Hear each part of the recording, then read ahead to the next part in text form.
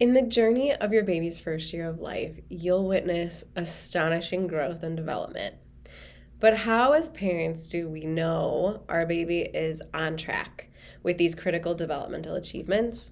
In the traditional medical world, these milestones serve as markers for tracking a child's growth and identifying potential concerns at an early stage. But with no two babies being exactly alike, many babies don't reach milestones at certain months or when compared to others.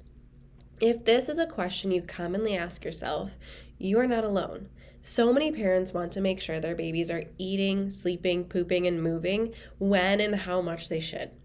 Plus, these milestones are progressing to bigger accomplishments in speech, socialization, behavioral, and learning.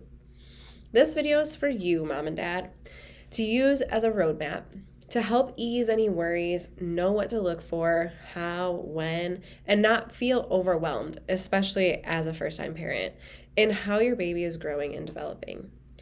The most important thing we can share with you in this video is something you will absolutely not hear or have explained to you in a traditional pediatrician's office, and that is this.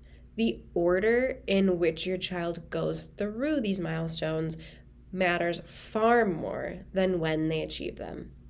Meaning this, it's more troublesome for a child to skip a stage of development or miss a milestone altogether than it is to be slightly delayed. For example, skipping crawling is more troublesome and problematic to their overall brain and neurological development than being a couple of months late in talking, walking, and so forth. So let me tell you about Isla. Isla was born, it became apparent that she had a side difference, a preference for when she was nursing. She was always turning her head to the left, and she was struggling with movement. She had trouble lifting her chin from her chest and experienced challenges with eating as a newborn, and it resulted in a flat spot on one side of her head. Common things that we usually see. But Isla's parents were determined to seek help for her and felt overwhelmed by the numerous appointments and lack of clear guidance that they received. And at 2 months of age, they took her to a physical therapist and addressed her torticollis, who recommended a helmet. However, they soon realized that the physical therapy wasn't effectively improving her range of motion and realized a helmet only would provide a temporary solution without addressing the underlying root causes affecting her movement, which was in her neck and head. After researching natural care remedies and options for torticollis and plagiocephaly, which is that flat spot, Isla's parents decided to give neurologically focused chiropractic care a try. Now, not only is Isla moving and functioning the way she wants, her head also looks pretty good. But she is now moving through development well. She was a little delayed in crawling, but she is now progressed through crawling, and she is on her way to learning how to walk. It might have been later than her parents had wanted, but now she's reaching those milestones in the order that she should. As mentioned above, we are more concerned with the order in which these milestones and developmental stages happen and how well they are linked or coordinated together. Looking at things on the calendar and by age helps us become aware of a potential challenge or developmental delay, but it does nothing to help us identify the root cause of that potential problem or develop an action plan to help your baby get back on track. To keep it simple, the development of the nervous system happens in two primary phases. Phase 1 is the foundation of development for your precious newborn baby. Phase 1 includes eat, so that's latching, swallowing, digesting, sleep, which is soothing and calming, poop, so motility, absorption, and movement. Motor milestones, head and neck control, sitting up, rolling over, crawling, walking, running, jumping. Phase 2 is considered the finishings and is the phase where the more advanced and complex brain and neurological functions come into play. Phase 2 consists of speech and communication, socialization and play, behavioral and emotional regulation, and cognition and learning. Before these more advanced brain and neurological functions that are essential for a child's success in social and school situations can develop and function properly, the foundational basics must be fully developed and healthy.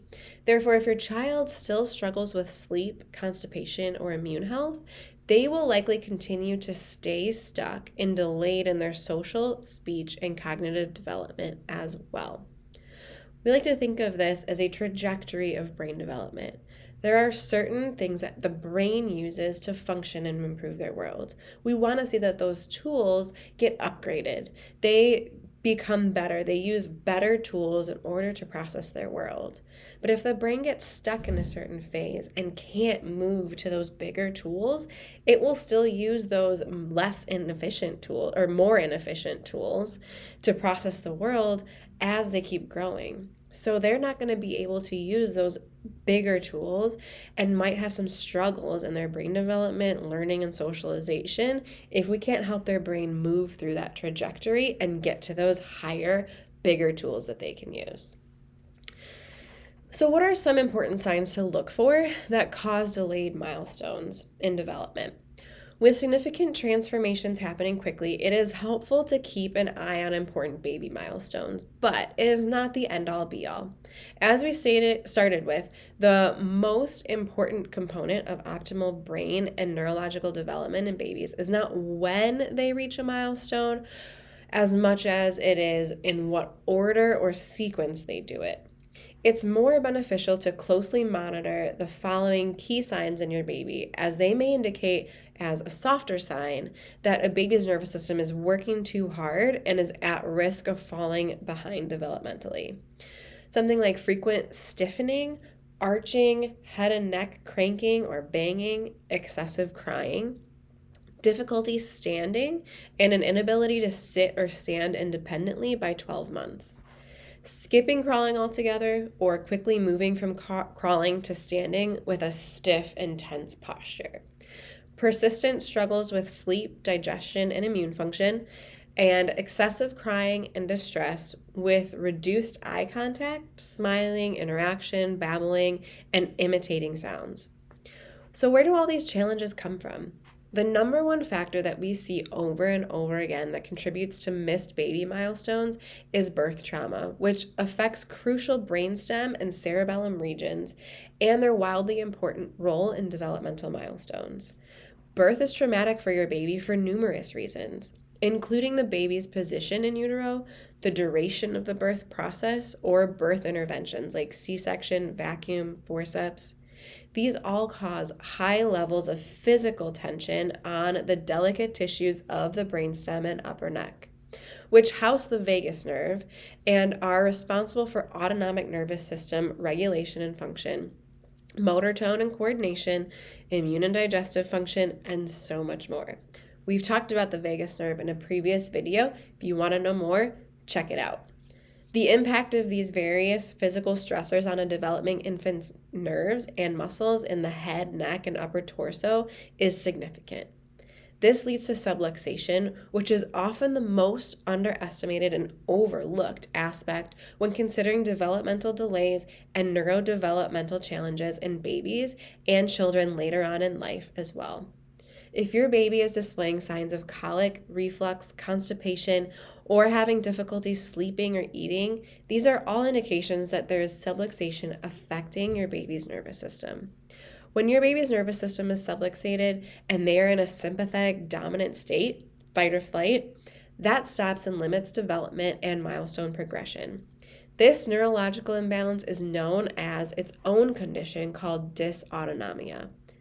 And as a renowned cellular biologist and leading epigenetic researcher, Dr. Bruce Lipton perfectly states, you can't be in growth and protection at the same time.